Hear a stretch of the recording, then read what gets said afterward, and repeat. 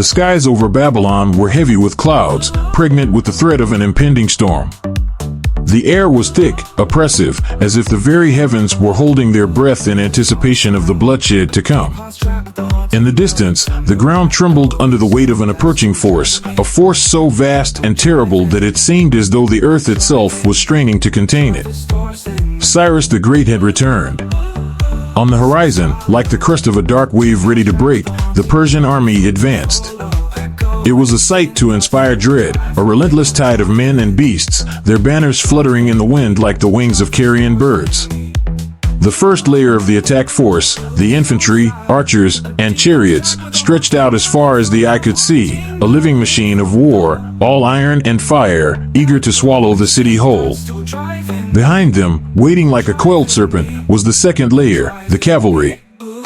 Mounted on powerful steeds, the Persian horsemen were the swift harbingers of death, their armor glinting ominously in the half-light of the overcast sky. These warriors were the vanguard of Cyrus's power, the steel tip of the spear aimed directly at Babylon's heart. And then, in the rear, moving slowly but inexorably forward, was the final layer, the giants. 10 of them, born of the earth, forged in the fires of chaos, their massive forms towering over even the tallest of men. They were the stuff of nightmares, creatures from an age long forgotten, their bodies hewn from stone and clay, their eyes glowing with an inner fire that spoke of ancient hatreds and unquenchable rage. Leading them was Gruggith, the Stonebreaker, his form wreathed in the dark aura of his anger and anticipation. Within the walls of Babylon, the defenders stood ready, their hearts hardened by the knowledge that this day would determine their fate. Ira, the man of cold fire, the savior of the city, stood atop the highest wall, his gaze fixed on the approaching army.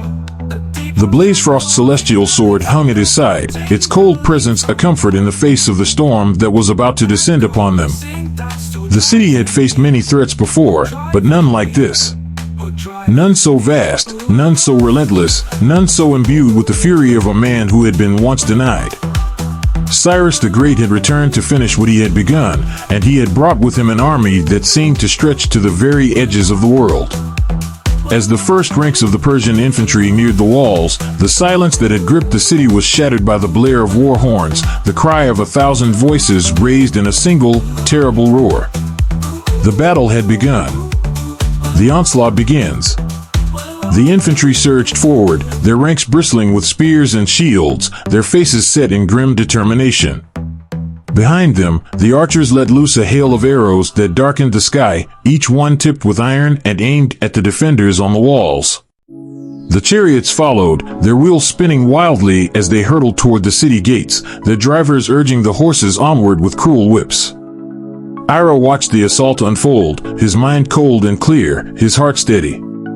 He had prepared for this moment, trained his men to withstand the initial shock of the Persian advance. The walls of Babylon had been rebuilt, reinforced with layers of stone and iron, and the soldiers under his command were as ready as they could be.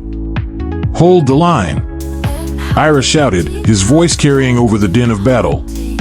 "Do not let them breach the walls. This is our city, and we will not let it fall." The Babylonians responded with a fierce cry of their own, a sound that reverberated through the stone and steel of the city's defenses. They met the Persian onslaught with a barrage of arrows and stones, their hands steady, their aim true. The air was filled with the sounds of clashing metal, the shouts of men, and the groans of the dying. For a time, it seemed as though Babylon might hold. The infantry pressed forward, but the walls held firm, and the defenders fought with a ferocity born of desperation. The archers on the walls picked off the Persian soldiers with deadly precision, and the boiling oil poured from the battlements scalded those who dared to come too close. The chariots, though swift and deadly, found themselves slowed by the debris and the uneven ground outside the gates, their drivers struggling to maintain control. But then came the second layer. The cavalry, held in reserve until the infantry had drawn the defenders' attention, now surged forward, their horses thundering across the plains. The horsemen swept around the flanks of the city, their lances gleaming in the pale light, their swords ready to strike. They crashed into the Babylonians like a wave of steel, their momentum carrying them through the ranks of defenders with terrifying force. For a moment, it seemed as though the Persians might break through. The Babylonians wavered under the relentless pressure, their lines buckling as the cavalry pushed them back. But Ira was there, his presence a cold flame that steadied their resolve. He fought alongside them, the Blazefrost celestial sword a blur of motion, cutting down the Persian riders with a precision that seemed almost supernatural. "Stand firm," Ira shouted, his voice a rallying cry. "They cannot break us if we do not break ourselves. Hold the line." The defenders rallied around him, their fear melting away in the face of his unyielding determination. They fought with renewed vigor, pushing back against the cavalry, their weapons biting deep into flesh and bone. The Persians, though fierce and well-trained, found themselves stymied by the sheer tenacity of the Babylonian resistance. And yet, the worst was still to come. The giants awakened. As the battle raged at the gates, the ground beneath the city began to tremble. At first, it was a faint rumble, barely noticeable above the noise of the fighting. But as the tremors grew stronger, a sense of dread began to spread through the ranks of the defenders. They knew what was coming, and they knew that nothing they had faced so far could compare. Ira felt it too, the deep, bone-rattling vibrations that signaled the approach of the giants. He looked out over the battlefield, his heart a cold, steady beat in his chest, and saw them. The 10 giants, their massive forms moving with a terrifying grace, their eyes burning with the light of molten stone. They were coming for Babylon, coming to tear down its walls, to crush its people beneath their feet. "Prepare yourselves," Ira shouted, his voice cutting through the fears that had begun to creep into the hearts of his men. "The giants are coming. Do not let them through." But even as he spoke, he knew that this would be the true test. The walls of Babylon had been built to withstand the might of men, but these were no ordinary foes. The giants were beings of ancient power, born of the earth itself, and they carried with them the strength of the mountains. With a roar that shook the heavens, the giants reached the city gates. Gruggith, the largest and most fearsome of them all, led the charge, his massive fists crashing against the stone with the force of 1,000 hammers. The gates, reinforced with iron and steel, shuddered under the impact, the very ground quaking with the power of the blow. The Babylonians, who had fought so bravely against the Persians, now found themselves staring into the face of true terror. The giants loomed over them, their eyes blazing with a hatred that seemed to burn through the very air. The defenders, who had held firm against wave after wave of human soldiers, now wavered, their courage faltering in the face of such overwhelming power. Gruggith struck again, and this time the gates could not withstand the force. With a deafening crack, the stone and iron gave way, the massive doors splintering and crumbling as the giants pushed through. The walls that had stood as Babylon's first line of defense were breached, and the giants surged forward, their laughter a deep, rumbling sound that echoed through the city like the tolling of a funeral bell. Panic spread through the Babylonian ranks like wildfire. The soldiers who had fought so bravely now found themselves scattering in fear, their weapons falling from trembling hands. The giants moved through the streets, their massive feet crushing everything in their path, their hands tearing through stone and wood as if it were nothing. The battle with the giants. Ira watched from atop the walls as the giants breached the gates and began their rampage through the city. His heart clenched with a mixture of anger and fear, anger at the devastation being wrought upon the city he had sworn to protect, and fear at the sheer power of the creatures that now threatened to destroy everything. But he could not allow that fear to control him. He was the protector of Babylon, and it was his duty to face these monsters, no matter the cost.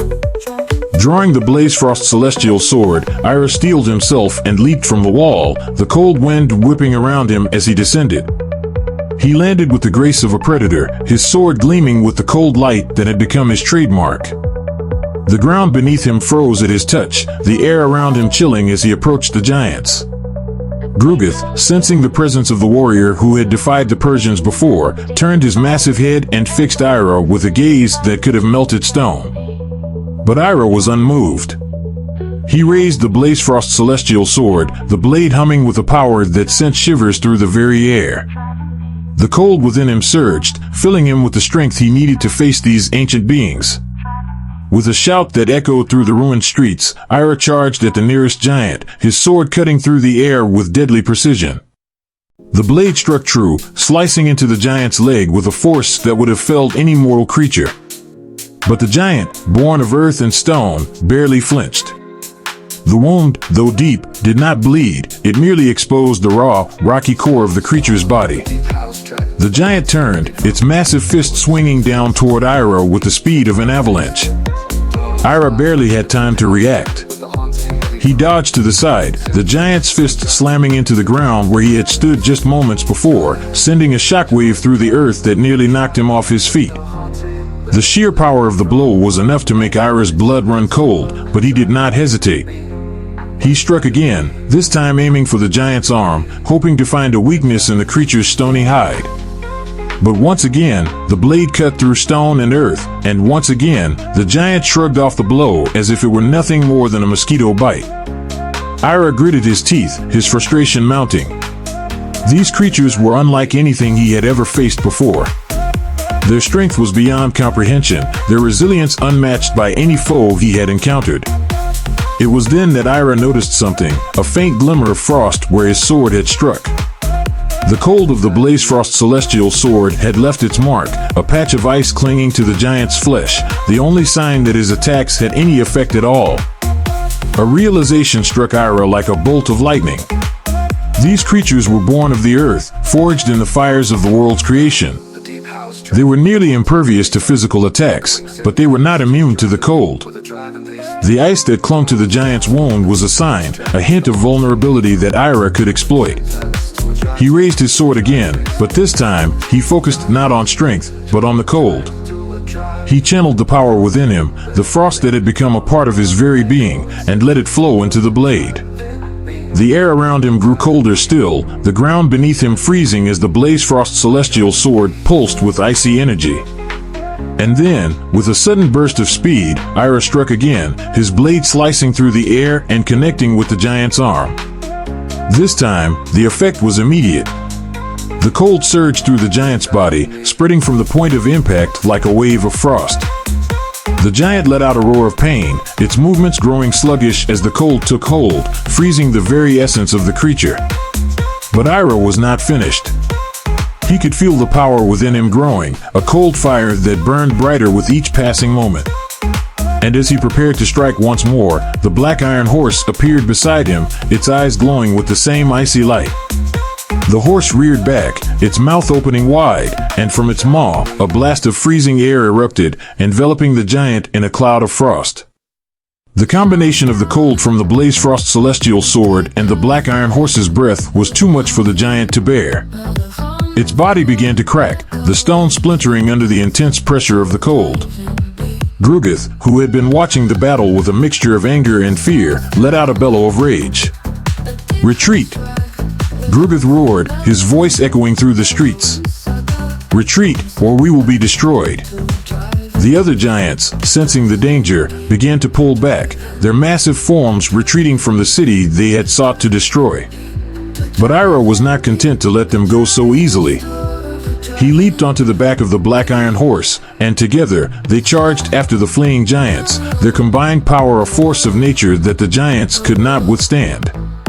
The cold air around them thickened, turning the ground to ice, freezing everything in its path. The giants, once so powerful, now found themselves in a desperate retreat, their bodies cracking and splintering under the relentless assault of Ira and his steed. Gruggith, the mightiest of them all, let out one final, agonized roar as the cold finally took hold, his body shattering into 1,000 pieces as he fell. The fall of the Persian army. With the giants defeated, Ira turned his attention to the Persian army. Cyrus the Great, who had watched the battle from a distance, could hardly believe what he had seen. His plan, his secret weapon, had been shattered by a single man, a man who wielded a power that defied all understanding. "Retreat!" Cyrus shouted to his generals, his voice filled with frustration and anger. "We cannot defeat him. Fall back." The order spread through the ranks like wildfire. The Persian soldiers, who had once been so confident in their victory, now found themselves fleeing in disarray. The cold that Ira had unleashed upon the giants now spread through the army, the desert-hardened soldiers unprepared for the sudden, bone-chilling frost that seemed to come from nowhere. Ira and the Black Iron Horse tore through the retreating Persians like a storm of ice and steel, cutting down those who tried to stand and sending the rest fleeing in terror. The cold followed them, freezing their breath, numbing their limbs, and turning the once arid ground beneath their feet into a frozen wasteland. Cyrus, knowing that his army was on the brink of collapse, made the only decision he could.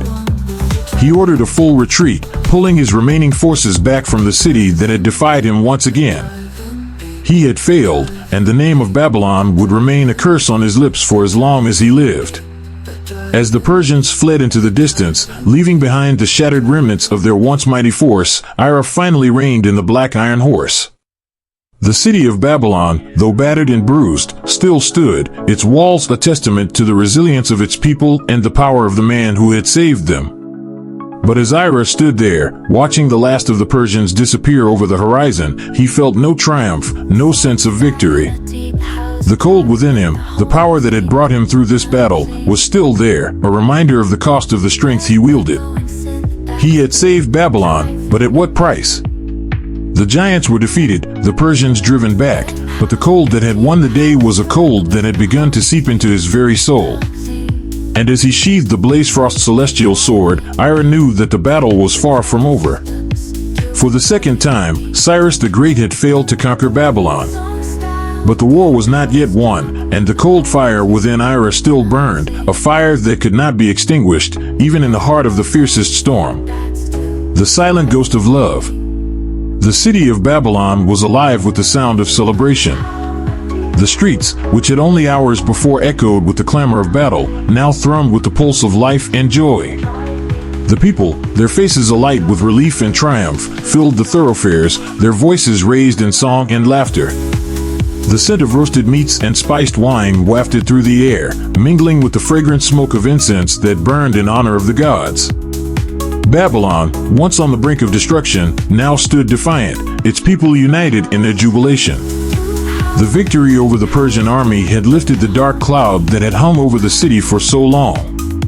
The fear that had gripped the hearts of the Babylonians had given way to a euphoric release, and they poured their joy into the night, determined to banish the memory of war with the brightness of their revelry. The streets were lined with torches, their flames flickering like fireflies in the darkness, casting a warm glow over the faces of the revelers. Music filled the air, the rhythm of drums and the sweet notes of flutes intertwining with the voices of the crowd.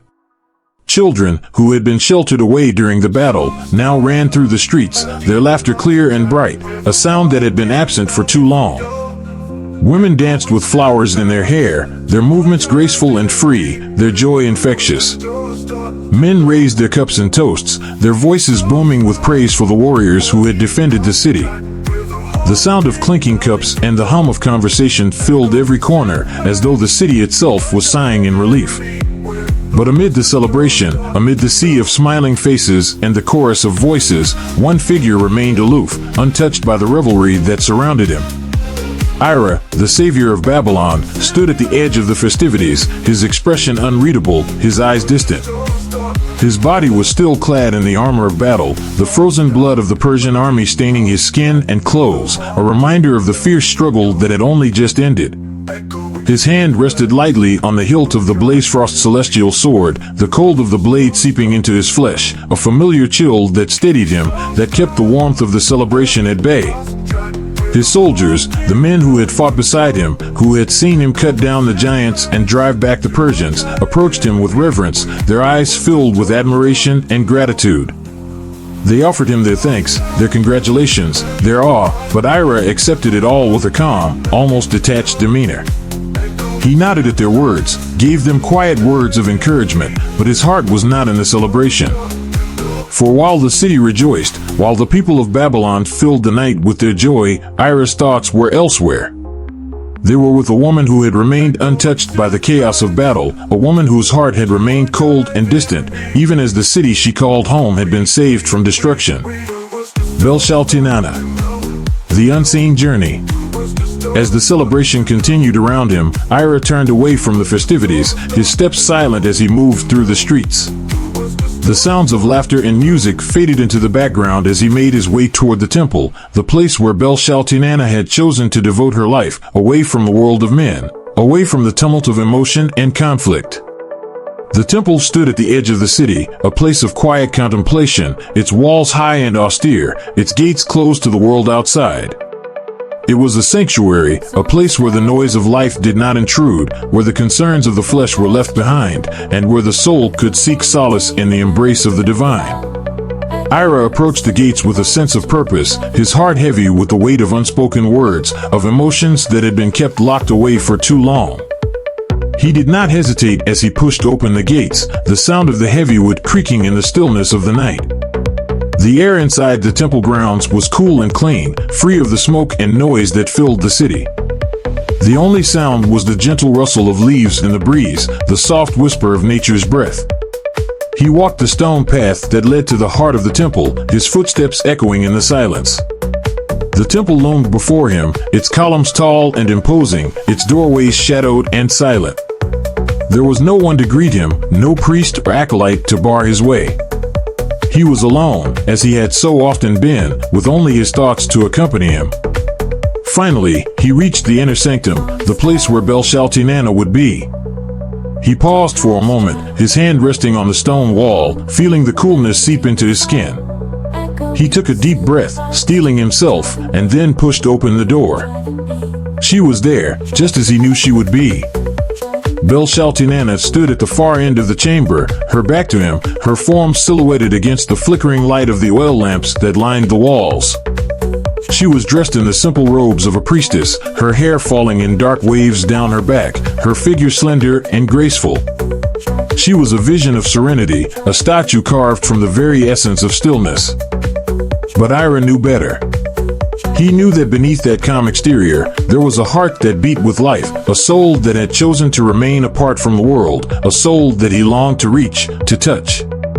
Belshazzar, he said softly, his voice breaking the silence like a ripple across a still pond. She did not turn to face him, did not acknowledge his presence with anything more than the faintest tilt of her head. It was as if she were listening to something far away, something that only she could hear. I have come to see you, Ira continued, stepping further into the room. The city is safe, the Persians have been driven back. I needed to see you. Still, she did not turn. The silence between them stretched, heavy and thick, like a wall that Ira could not break through. He hesitated, his words caught in his throat, but then he pushed forward, driven by the need to express what had been building inside him for so long. I fought for Babylon, but in truth, I fought for you. Every time I drew my sword, every time I faced the enemy, it was your face that I saw. Your voice that guided me. I know that you have chosen a different path, that your heart lies here, in this temple. But I cannot help what I feel. He paused, his breath shallow, his chest tight. I thought that, perhaps, if I could protect the city, if I could bring you peace, you might see me differently. That you might look at me, and see not just a warrior, but a man. A man who loves you. Belshazzar remained silent, her figure as still as stone. The shadows danced around her, playing tricks with the light, making her seem almost unreal, like a ghost that had taken form in the dim glow of the lamps. Ira felt a pang of despair, a coldness that crept into his heart, more chilling than the frost of his sword. He had faced the giants without fear, had stood against the might of the Persian army with unshakable resolve, but here, in this quiet chamber, he felt helpless, powerless. I know that you do not feel the same, he said, his voice low, almost a whisper. I know that your heart belongs to the gods, that you have chosen a life of solitude. But I had to tell you, I had to speak these words, even if they fall on deaf ears. The silence stretched again, wrapping around Ira like a shroud. He could feel the weight of his own words, heavy and painful, pressing down on him. He had hoped for a response, a sign, anything that would let him know that he had been heard, that he had not been speaking to an empty room. But there was nothing. No sound, no movement, only the stillness of the chamber and the flickering of the lamps. Ira felt his heart sink, the coldness spreading through him like ice. He had fought for so long, had given everything he had, and yet here, in the presence of the one person he cared for more than anything, he felt utterly alone. He took a step back, his hand brushing against the hilt of the Blazefrost celestial sword. The cold of the blade seeped into his skin, grounding him, reminding him of the path he had chosen, the path he had walked for so long. "Goodbye, Belshaltinana," he said quietly, his voice filled with a sadness that he could not hide. "I will not trouble you again." With that, he turned and walked away, his footsteps echoing in the silence, the coldness clinging to him like a second skin. He left the temple behind, the door closing with a soft thud, the sound barely audible over the noise of the wind that had begun to stir outside. The disquiet of victory. Ira stepped out into the night, the cold air biting at his skin, the wind whipping around him like a living thing. The sounds of celebration had died down, the city now resting in the quiet of the early hours. The torches had burned low, the streets empty save for the occasional stray dog or lone figure making their way home. He walked through the city, his mind a whirlwind of thoughts and emotions, his heart heavy with the weight of his unspoken love, of his unanswered questions. The joy that had filled the streets earlier now seemed distant, a memory that did not belong to him. The Blazefrost celestial sword, which had felt so powerful in his hands during the battle, now felt like a burden, a reminder of the coldness that had become a part of him. The black iron horse, which had carried him through the thick of the fighting, now stood silently in the shadows, its breath a cloud of frost in the night air. Ira's mind drifted back to the temple, to the figure of Belshaltinana standing in the shadows, silent and unmoved. He had hoped that she might see him differently, that she might recognize the love he bore for her, but she had remained distant, unreachable. He had saved the city, but he could not save his own heart. As he walked, the coldness within him deepened, the frost creeping into his soul, hardening him against the pain that threatened to overwhelm him. The warmth of love, of hope, seemed a distant dream, something that belonged to another world, another life. He had been a hero today, but what did it matter if the one person he wanted to notice did not? The night stretched on, the stars hidden behind a veil of clouds, the wind whispering secrets in a language only it could understand. Ira felt the weight of his own existence pressing down on him, the cold and the darkness becoming one, wrapping around him like a cloak. He had fought for Babylon, but it was Belshaltinana who had been at the center of his thoughts, who had driven him to such heights of power and resolve. But now, with the battle won and the city safe, he was left with nothing but the echo of his own unrequited love, a love that had been met with silence and indifference. Ira stopped in the middle of the street, his breath visible in the cold air, his hand resting once more on the hilt of his sword. The city was quiet, the silence stretching out before him like an endless abyss. "Is this what victory feels like?" he whispered to himself, his voice barely more than a breath. "Is this the price of power, of strength? To be left alone in the cold, with nothing but the ghosts of what could have been." The wind answered with a low moan, the sound carrying through the empty streets, a lament for a hero who had saved a city but could not save himself.